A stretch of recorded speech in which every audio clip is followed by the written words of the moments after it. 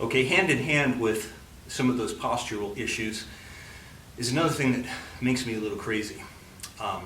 And I say that lovingly because it's the way I used to do the technique as well. But thing is, again, go back, once you're exposed to something like really that you know is mechanically better, go back, really understand it. Don't just continue to make the same mistakes over and over again. So this one is what we call the bump and shrimp. So many years ago, beginning 2000s, I saw the better way to do the elbow escape, and I never did the other way again. And part of that is not only what's going to make it better for you, but it's also looking at your partner executing the position better from top. So if Arthur's sitting down on me, he's essentially dropping his weight onto my hips if I'm keeping them down like we talked about. And that means that I will have necessarily a connection to him to move him when I bridge my hips. So what Arthur's going to do instead, because I have used my arm position correctly to keep him oriented down over my hips, he cannot climb up any higher on my body. He's actually going to sit up off of me and pinch his knees in super tight. Right? Good. So sit up tall. Good. Right. So when he pinches his knees in tight, what happens from here is it's going to be harder for me to get a good connection to him because I'm bridging into an open space, right? I'm kind of bridging into the bottom of his gi pants, but I'm not actually running into his hips with my hips. My bridge, it takes me a long time. So when I bump, it's going to be much more of a delayed reaction. If we switch for just a second.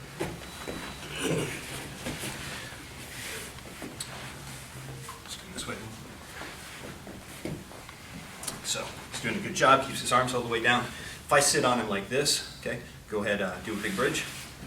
Yes, you see me like launch forward instantly because my weight's already on him. So if he's doing this good job, my job is to try and cancel that out as much as possible.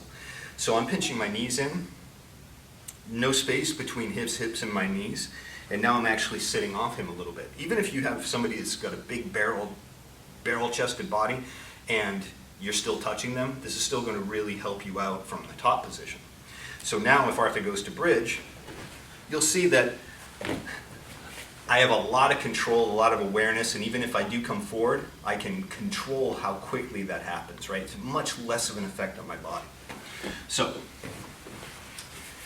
that being said, when we go into this type of a movement for the elbow escape, which is basically, okay, I'm going to get my elbow wedged in between the inside of his knee and my body, and then from here, from this position, okay, I'm going to bridge and then shrimp away from that to be able to execute this, right? I can tell you that will be very difficult if you make the adjustment from top, or your partner makes the adjustment from top we just talked about. You're not going to be able to get your elbow inside. So, also, once you start moving, the shrimping motion is going to be much more difficult, much more opportunities for your partner to attack you. So instead what I'm going to do is, as I've done previously, I'm going to show you the other benefit for the other main escape, which is the elbow escape, done better, which is when you keep your partner down over your hips, by keeping your arms in correct position, the elbow escape, as long as your knees are down as well, will be readily available for you, and it's going to be much, much simpler, even if your partner has their knees pinched in properly, like we just talked about.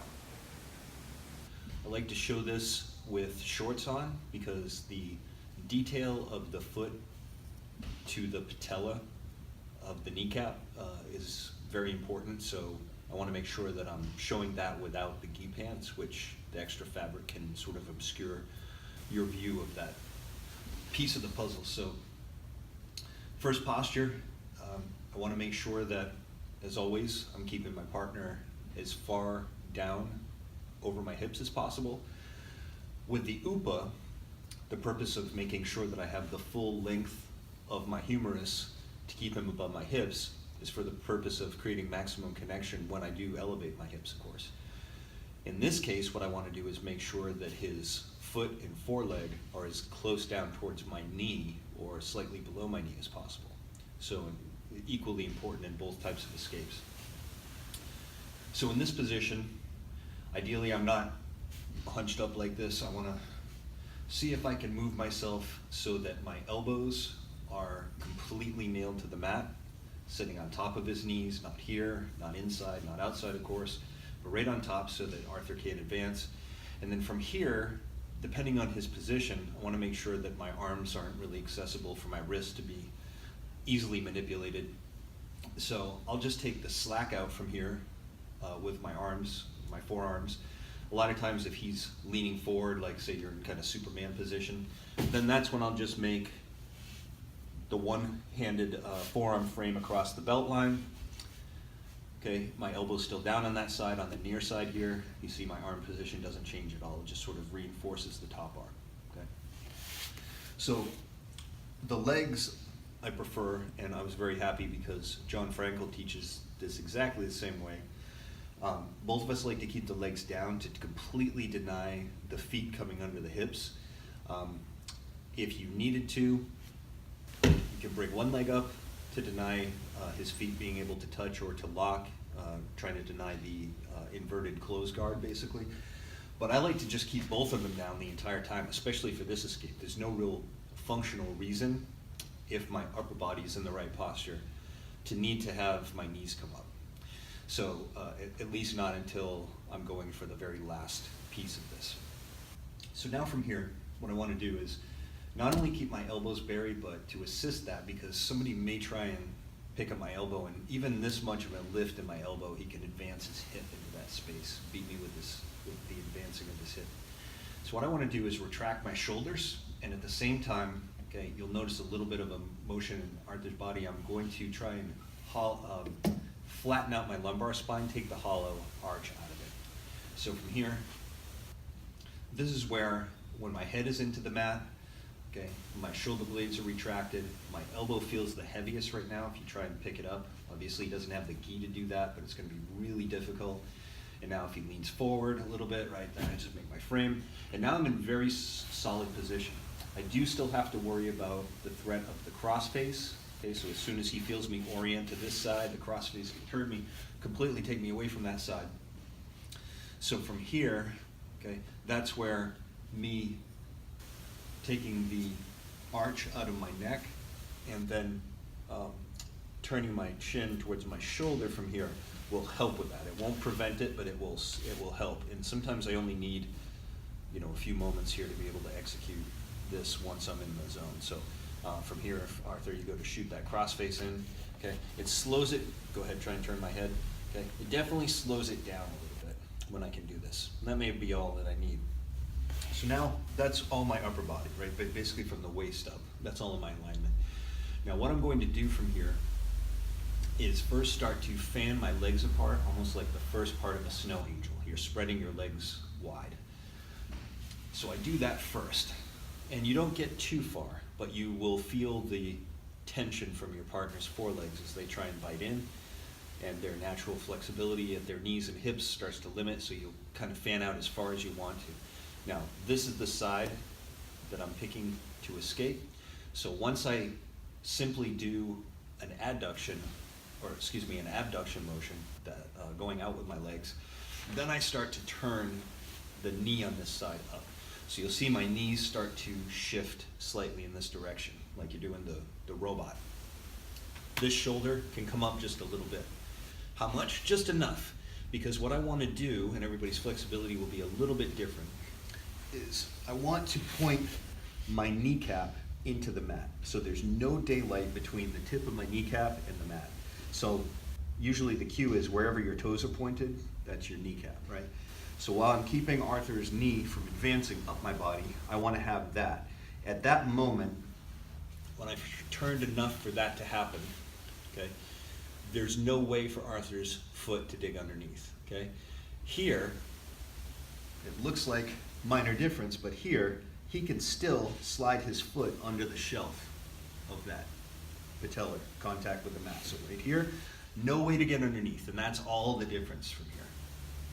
So at this point, I'm going to continue, okay, where I might not be able to spread my legs any further, staying completely square to the ceiling with my hips. Now, by turning slightly, I can continue to bring my knee up. just like this. And the more I do that, the more compromised he becomes, okay? So at this point, a lot of times, especially if Arthur's kind of leaning forward, fighting for a crossface or it's Superman, at this point, this is usually where we go right into the escape. And I just, as I bring this up, it's like a slide rule. As the knee comes up, the elbow feeds his knee in between my legs. And of course, the moment that I have a half guard, I'm immediately looking, okay, to build my base, go to his back, get a sweep, return, close, or open guard, so on and so forth. Okay, but I'm essentially out at that point. So from here, just lean forward for me, right? So upper body is set, okay? That's the easiest escape. If he's pretty flexible, strong, what have you, that's where I might need to do a little extra motion with my body, and this is where my knee will, on the far side here, will come up, or I'll bring my knee up and put my foot on the mat. So from here, okay, I start to bring this up, okay. The action too, this is where I already talked about scapular retraction. The action of my shoulder now is scapular extension. This is the only shrimping type motion you do. It's really just from the shoulder down. It's this motion, okay? That's it. Just extending my scapula, extending my shoulder in the joint, pushing the elbow down as I bring the knee up. Okay, so he becomes very compromised from here down. Now, if I need to from here, and this isn't doing everything itself, only once I brought my knee as high as I can and I feel he's just about to lose it, do I bring my heel over, catch his instep with my heel, and I drag it in, and now finish the motion. If for some reason he's fighting that by pressing his foot into the mat and I really can't do it, then you'll find you can always hook it. Okay, elevate, bring that in right back into it again. And the other question that I had was, from here, as I start to do this, could Arthur snake his hand in between my arm and my body? So if you sit up a little bit, could he get this underneath and then walk his hand up and start to kill this? And the question is, yes, sometimes people will try and do that. The thing is, if I have my posture set, that is not ever an instant move, even on somebody much stronger than you, okay? It becomes much easier for him if I'm doing more of a traditional shrimp type of motion, right? Where I might have, let's say, I kind of get in here like this, like bring your knee up just a little bit. Bring your knee up a little bit, good. So I'm kind of fighting in here. Now if he comes under, that's way more vulnerable for me. But in this position, if I've made my spine as neutral as possible, it's going to be very difficult. So the answer is, if Arthur goes to get his arm in between my arm and my body, okay, go ahead, start to fight, good. I simply trap him, and now I'm into Upo.